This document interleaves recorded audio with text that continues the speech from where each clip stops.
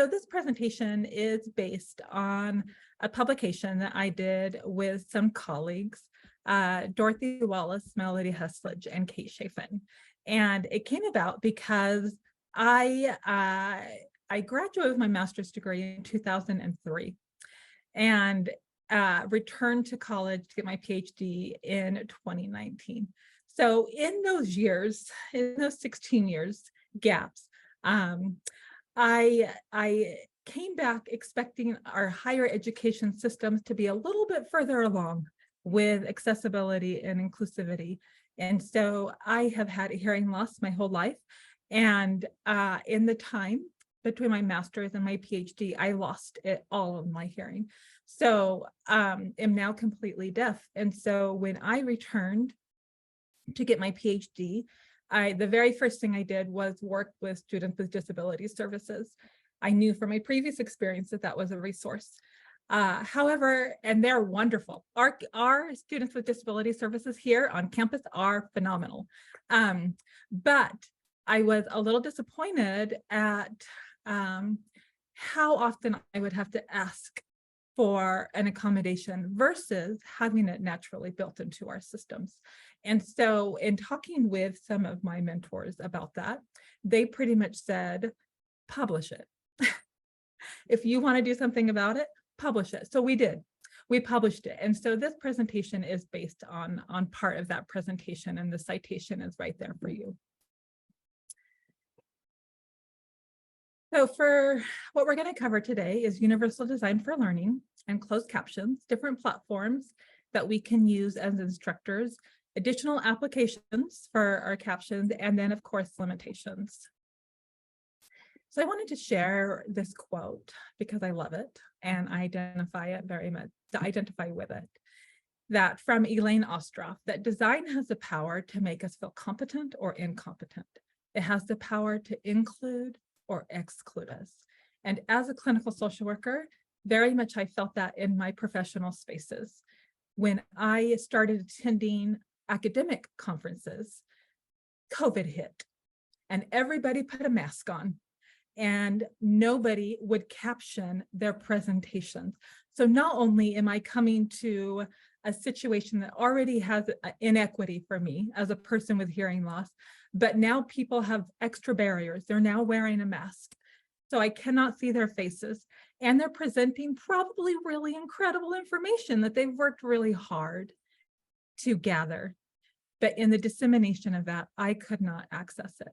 So just walking into a conference, I was automatically excluded because I was not a hearing person. And our classroom spaces have the ability to do that with our students, right? To help somebody feel competent or to help them or to cause them to feel incompetent. And it is pretty clear that those with disabilities are less likely to engage in educational spaces and in professional spaces, and they will leave or walk away or not necessarily advocate for themselves. Some will, but some will never disclose that they have a disability or a struggle. So us being able to increase our design is important for multiple people. So for universal design, we can't talk about it without talking about ableism, right? That this idea that there's a perfect species typical standard out there. And classrooms and systems who operate with this ableist framework, we treat disability as an afterthought. So we don't build it into our design naturally.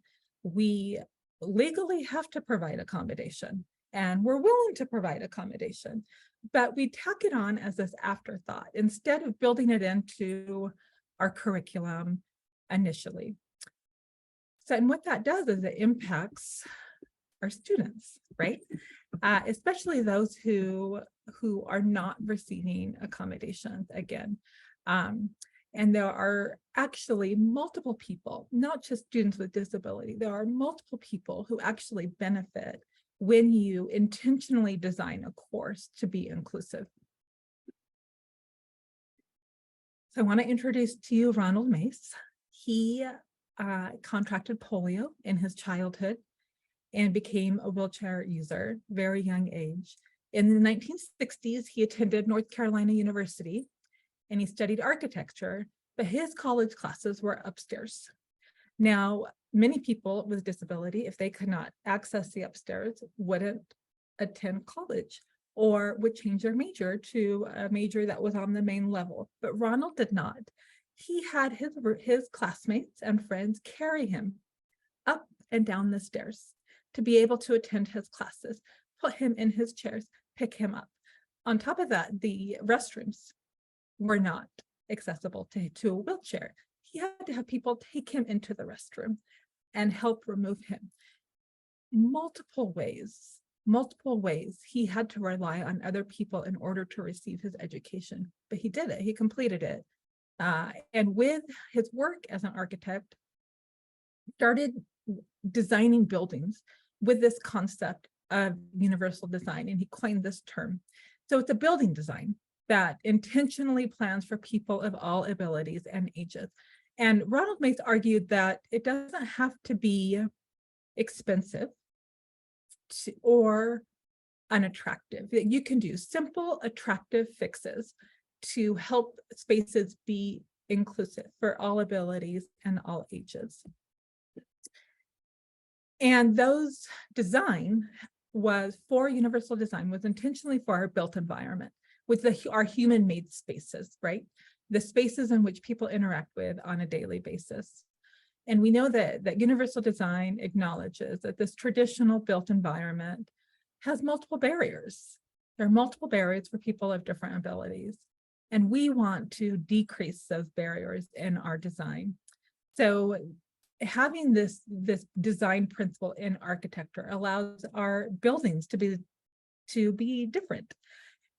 However, that's also been adapted for universal design for learning, which is most applicable to us, right, as instructors.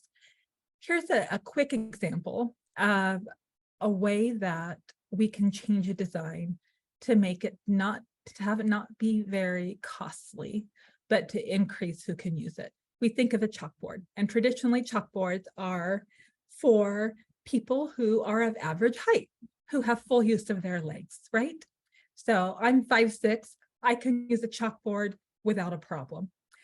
And if you look at this picture on the left, that the person in the middle, who's the tallest, can reach the chalkboard okay. The person who's a little bit shorter struggles, but can still reach the chalkboard a little bit. But then you have a person who does not have use of their legs, who's in an assistive sitting device and cannot even reach the chalkboard at all. So we allow accommodations in our classroom. And so if these were our students, we would put ramps in. If we asked for them to use the chalkboard in our classroom, we would put these ramps in so that they could then reach the chalkboard. Universal design says, no, let's create the chalkboards so that they're lower and that we expand them so that multiple people of all abilities can use the chalkboard. So this kind of principle is what we try to implement with universal design for learning, and not just our physical classroom structure, but the way that we teach, the way that we lecture, the way that we look at our assignments, the way that we provide information. So universal design for learning works across discipline. It's well known to increase student performance, whether or not there is a disability for that student. It also reduces achievement gaps, which is definitely a plus, right? We want to reduce achievement gaps for students who have disabilities. And students feel seen for their individual needs when we can increase the universal design. So there's three basic principles that universal design for learning has. This recognition networks is the what of learning. The area that's shaded blue with the brain is the strategic networks, the how of learning, and then the affective networks, the why of learning. And we're going to focus on the first, recognition networks, which is the what of learning. How we gather facts and how we categorize what we see and hear and read, that this information that's coming into our brain, that it needs to be presented in multiple different ways.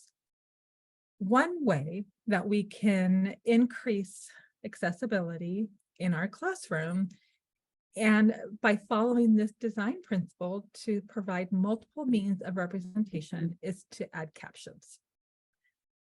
So closed captions make a big difference for multiple people.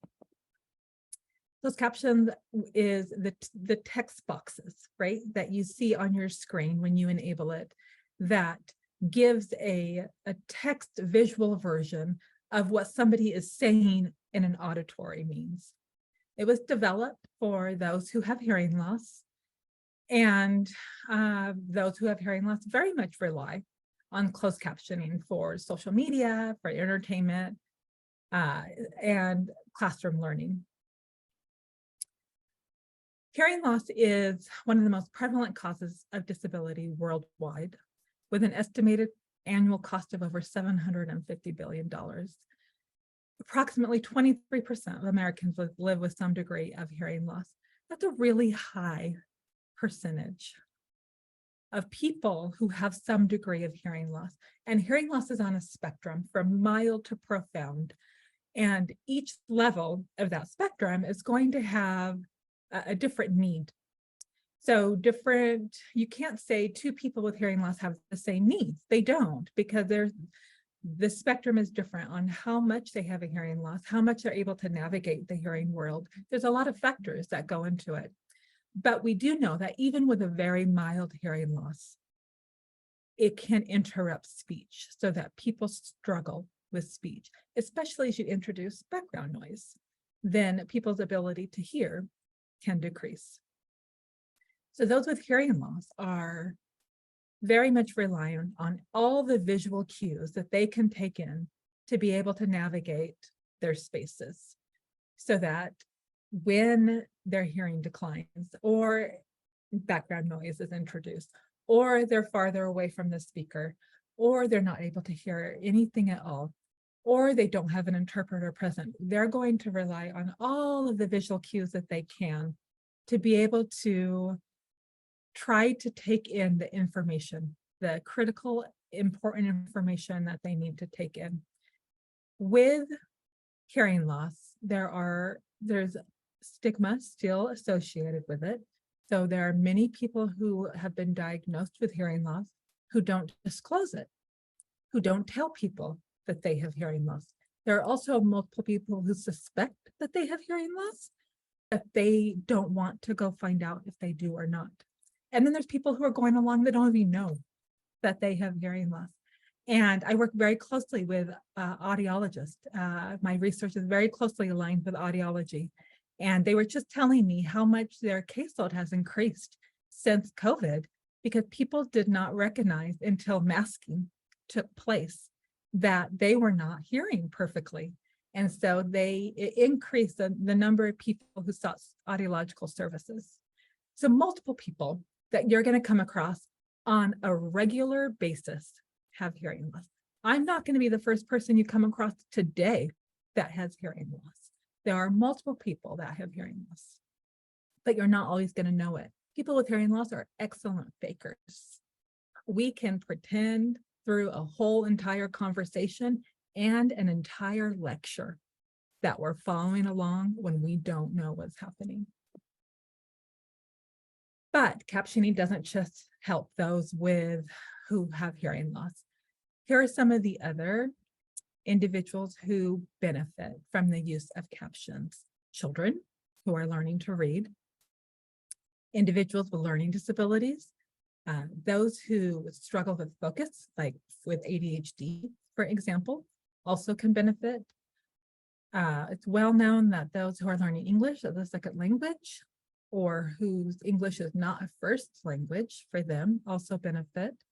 And then even for students whose English language is their primary language and don't have disabilities, it still benefits if when they look at the conditions and they test the conditions for typical students with having captions in their class materials and then not having captions in their class materials, that students across the board are able to increase their comprehension and focus of the college materials, of the classroom materials. This is an example of a universal design principle. by increasing accessibility of adding captions, it's actually multiple people across the board that can benefit from captions.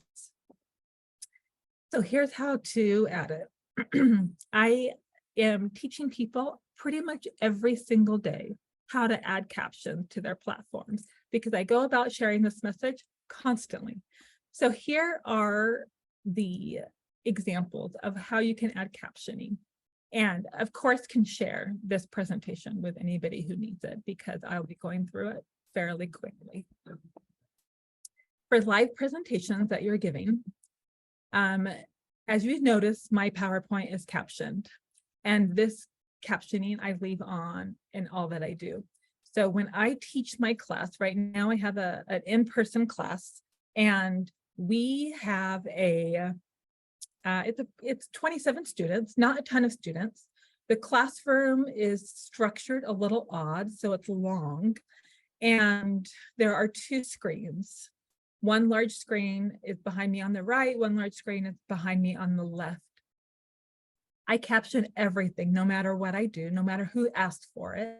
And my students just did a mid-semester course evaluation. And the comments that I got back on, do you have any suggestions or any comments for your instructor?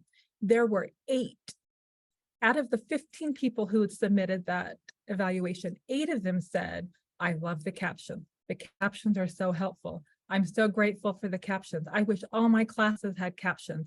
Only one of those individuals has a hearing loss, but all the rest have benefit from that. So anyway, so here is the way that you do it on PowerPoint from your slideshow, which is arrow number 1 here. When you click on that, there's this option to always use subtitles, and you just check that box. And then all you do is play. That's the only thing you have to do for PowerPoint. And then when you start your PowerPoint, you automatically have captions. Google Slides also has this ability to do automatic captioning. So you just go into the view feature and then the present feature, and then this box you'll see, and you click on that and click on captions. Prezi, unfortunately, cannot do live captioning. However, you can record a Prezi presentation, and then you can add captions in the admin page, or you can run it through a different app like Canvas Studio or YouTube. So you can have the recording of a Prezi have captions, but you can't do live, unfortunately. Hopefully they will change that at some point soon. But I'm also surprised at the number of people who aren't sure how to caption their Zoom screen. Now this screen, this current Zoom is captioned. So all you have to do, if you wanted to utilize the caption feature in this Zoom's room right now, you would just click the CC button, right? But if you're not sure how to set it up for your Zoom, this is what you do. You don't go through your app, your desktop app for Zoom. You need to open Zoom through your web browser. This is the easiest way to add it to your Zoom.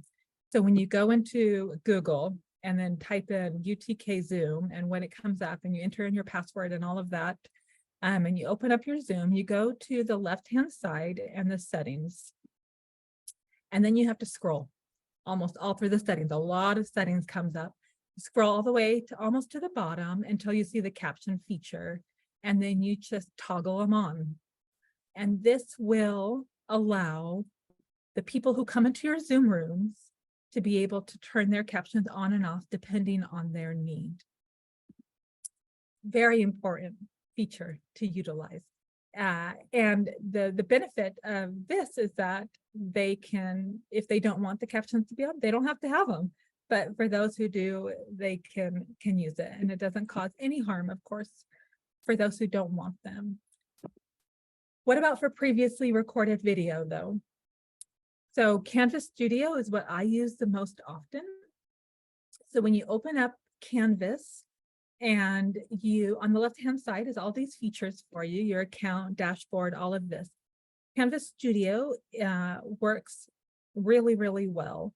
So when you open up Canvas Studio, I don't have individual thumbnails for this, I apologize, but if you open up Canvas Studio and you download the video you want, And this can work for a video you want from YouTube, for example, that's not captioned. It works for my classes, when I do a pre-recorded presentation for my asynchronous classes, I record my presentation, and next to it, or my visual PowerPoint presentation, next to it, I have my phone recording an audio podcast at the same time. That way, my students who are working 3 jobs and listening to the lecture as they're driving from job to job, or they're a parent and they're on the soccer field trying to listen to their lecture and don't have a lot of bandwidth, those who struggle to afford a high quality internet bandwidth can have the same lecture but in an audio format, but I caption those. And so I do all of this the same way, going through Canvas Studio. So once you download anything that you want have captions added to, you click on the caption tab, and then which language is spoken, English, usually in our case. And then you click on request, and then it starts to work, and it takes some time to do it. After that process has been finished, you'll click on review and publish, and then you can look at the captions and you can alter them or change them. If you don't like the way the automatic captioner listed those captions, you can make changes to them if they're incorrect. And when they're ready, you just click on publish.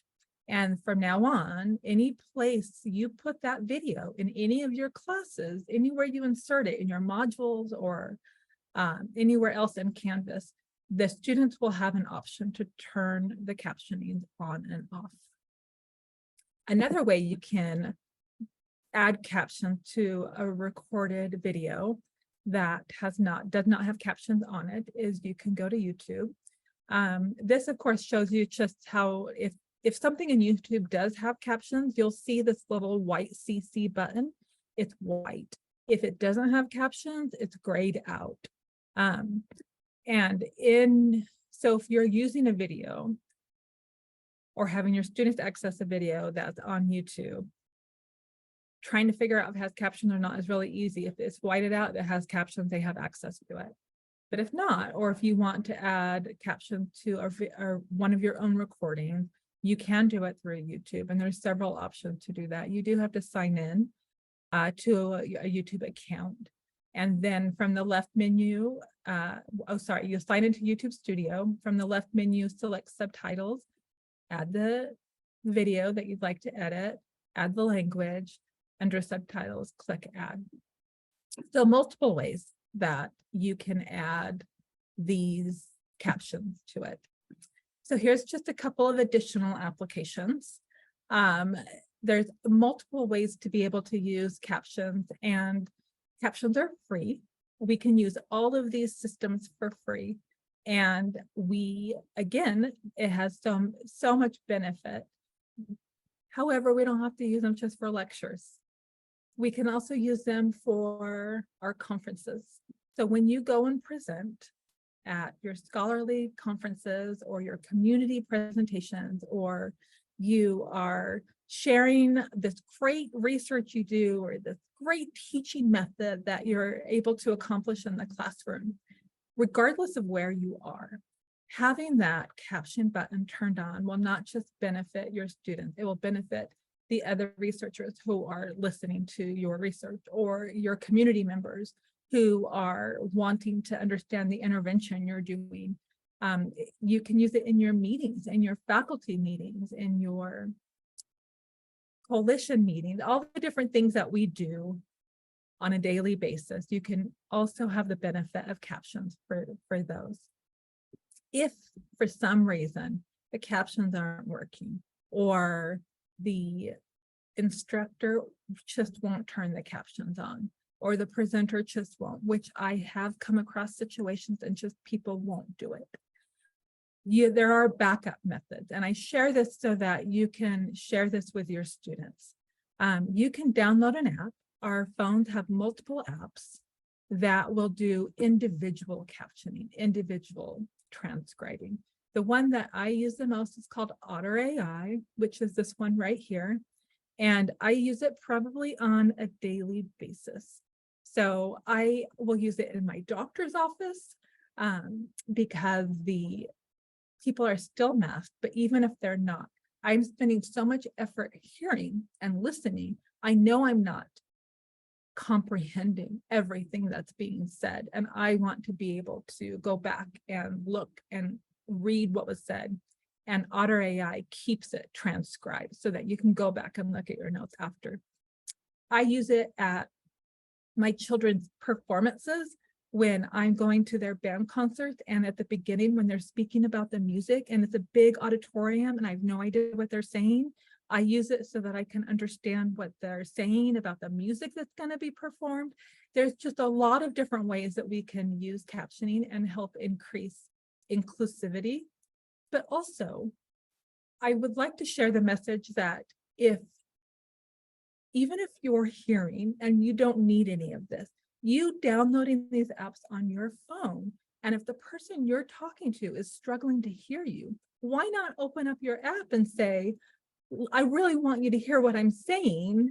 Here's a way to do it. So our conversation is, both parties are responsible for our conversation, and increasing inclusivity means we all take on the responsibility of clearly communicating, not just relying on the person with the hearing loss or the person with ADHD or the person in the wheelchair to do all the work. We also are doing the work to make sure our communication is clear and people are accessing what they need from us. Here's another way that we can use captions. So I'm sure you've seen this rise of social media, all these videos on TikTok and Twitter and Facebook and Instagram. And a lot of these social media platforms are now used in assignments that we give to our students. These videos can easily be run through apps to add captioning. So I would encourage you to encourage your students, if they're creating a video for your class, that you ask them to run it through the captioning apps before they present that video to class, that we just automatically start adding captions to everything we're doing throughout our process and our instruction. So my opinion is that we need to add captions to everything, because closed captions can benefit just about everyone. But of course, we have to talk about a couple of limitations, right? Captions that are generated through automatic intelligence are not perfect. They are not going to be perfect. Sometimes words will get thrown in there that have nothing to do with what is said. But overall, it still is really powerful and can work really well. Captions do not take the place of legal accommodation. So if somebody is working with students with disabilities and they need a transcriber, you have to allow them that transcriber, even if you caption everything. Or if they want an ASL interpreter, yes, we want the ASL interpreter there. So captions cannot take the place of legal accommodation, of course. And then some captioning apps and platforms are very reliant on a strong bandwidth. And so if you don't have that strong bandwidth, then they might not work as well. So those are some limitations.